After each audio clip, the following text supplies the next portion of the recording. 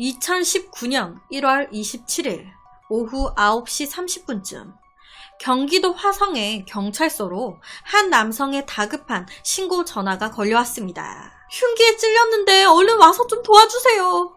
경찰이 사건이 접수된 경기도 화성 동탄의 한 원룸에 도착했을 때 그 원룸 안에는 흉기에 찔린 남녀가 바닥에 쓰러져 있었고 그 원룸 안은 정말 피범벅이 된 상태였다고 해요.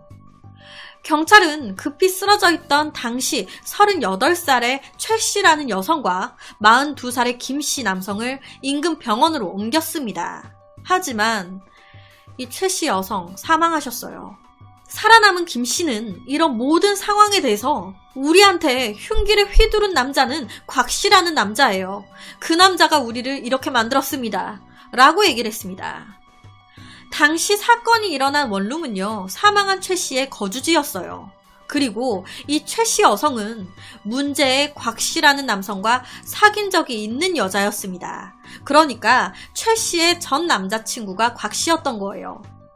경찰은 바로 이 사건, 치정에 의한 살인이구나 라고 판단했고 이에 유력 용의자인 곽 씨를 추격하기 시작했습니다. 그리고 곧이어 용인 한박산 인근에서 차도와 인도 사이에 경계봉을 들이받고 멈춰서 있는 곽 씨의 투싼 차, 그리고 그 안에서 범행에 쓰인 것으로 보이는 흉기를 발견했어요. 그런데 이 흉기를 조사해 보니까 이 흉기에 피해자인 김 씨와 최 씨의 혈흔이 나왔네.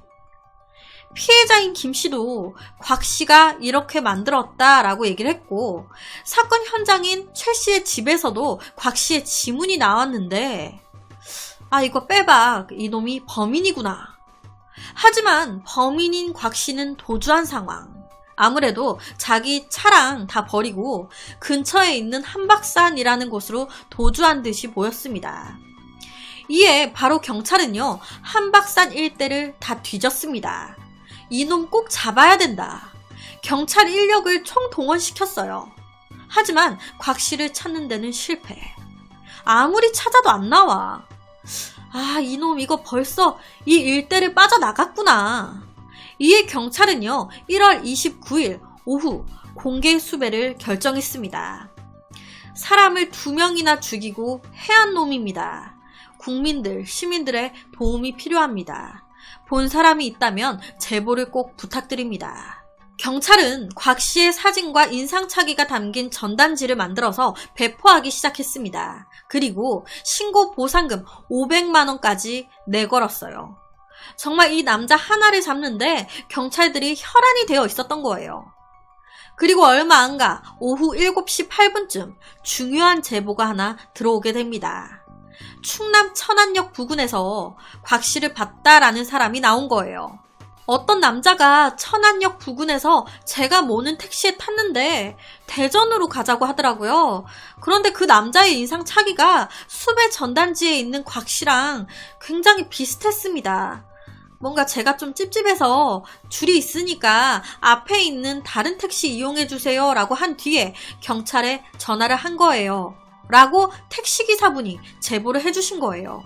이 제보를 토대로 경찰이 수사한 결과 곽 씨는 앞에 있는 택시를 탄 후에 대전이 아닌 전주로 가달라 라면서 목적지를 변경한 게 확인됐습니다. 왜 대전이 아닌 전주로 갑자기 갔을까?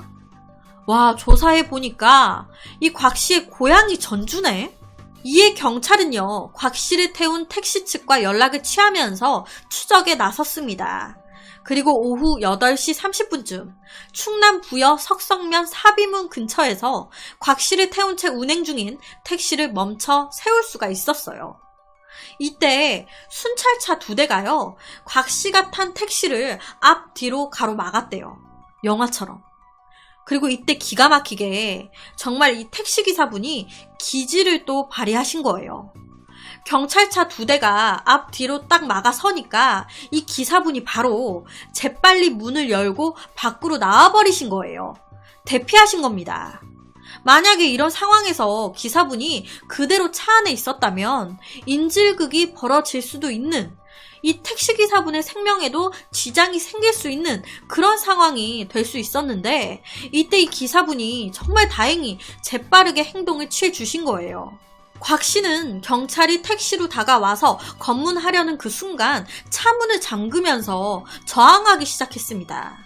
이에 경찰은 곽 씨한테 테이저건을 쏘기 위해서 택시 뒷문 유리를 깨트렸어요. 이런 경찰의 행동에 곽 씨 더 무서움과 두려움을 느꼈겠죠. 이에 곽 씨는 자기가 소지하고 있었던 흉기로 자기 가슴 그리고 복부 등 무려 10군데나 스스로 찔렀습니다. 10군데나 스스로 자해를 한 거예요. 10군데나 이제 찔렸으니 몸이 이제 재정상일 리가 없죠. 병원으로 옮겨졌지만 20분 만에 과다출혈로 사망했습니다. 경찰은 유력 용의자였던 곽 씨가 사망함에 따라 이 사건을 공소권 없음으로 종결했습니다. 그렇다면 여기서 의문점이 있어요. 도대체 곽 씨는 왜 자기의 전 여자친구 최 씨와 김 씨한테 흉기를 휘두른 걸까? 사실 이 사망한 최 씨와 김 씨, 이 피해자 2명은요, 서로 연인 사이였습니다. 현재 진행형. 그리고 사망한 범인 곽 씨는 최 씨의 전 남자친구, 과거형. 이 사망한 최 씨 여성은요, 곽 씨와 사귈 때 이 곽 씨한테 굉장히 욕설과 폭행을 많이 당했었다고 합니다. 그러니 어느 누가 이런 남자랑 계속 만나고 사귀고 싶겠어요? 아, 미쳤다. 얼른 헤어져야겠다 생각을 했겠죠. 저라도. 그러다 보니까 오래 사귀지 못하고 헤어지게 된 거예요. 그리고 그 후에 김 씨라는 새로운 남자를 만나서 관계를 발전시켜 나간 겁니다. 그런데 이 모든 사실을 후에 곽 씨가 알게 됐네. 와, 씨, 네가 나 말고 다른 남자를 만나? 그때부터 질투심에 집착을 하기 시작한 거예요. 이 곽 씨의 SNS만 봐도 되게 자신의 이런 심적 상황을 토로하는 듯한 그런 내용의 글과 이미지가 가득 있었다고 해요. 범행 전날인 25일에는 꽃이 진다고 그대를 잊은 적 없다 라는 글을 남기기도 했고요. 다음 날인 26일 오후 7시 32분쯤에는 SNS에 법정 스님 사진이랑 해가지고 시절 인연이란 제목의 어록을 올리기도 했었대요. 그러니까 범행 전날까지도 되게 이별의 고통을 느끼고 있다. 나 지금 힘들다. 최 씨와 다시 만나고 싶다. 이런 뉘앙스를 계속적으로 굉장히 풍기고 있었던 거죠.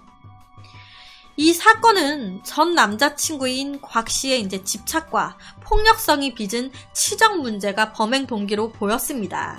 이별살인. 하지만 이 곽 씨, 앞서 말씀드렸다시피 경찰 체포 직전 스스로 자해를 해 사망해버리면서 정확한 이 사건의 전말도 그냥 이렇게 묻혀버렸어요. 피해자인 최 씨, 그리고 가해자인 곽 씨 모두 죽어버린 거죠. 그러니까 모두 사망해버린 거죠. 또 다른 피해자인 이 김 씨만 빼고. 이 김 씨, 정신적인 충격이 어마어마할 것 같습니다. 요새 정말 이별 살인 너무 많이 일어나고 있어요. 제가 어렸던 옛날에는 이별 살인이라는 그 단어 자체도 굉장히 생소했던 것 같은데 그냥 남녀가 만나 사랑하고 이별하고 다른 사람을 또 만나고 하는 게 되게 자연스러웠던 것 같은데 요새는 되게 세상이 흉흉해지면서 사람과 사람이 만나고 헤어지는 거에 대해서 굉장히 공포감을 느끼게 되고 견제하게 되는 그런 분위기가 된 것 같습니다.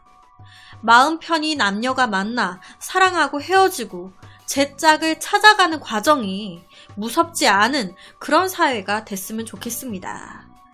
그래서 오늘은 안타까운 한 살인사건에 대한 이야기를 가지고 왔습니다.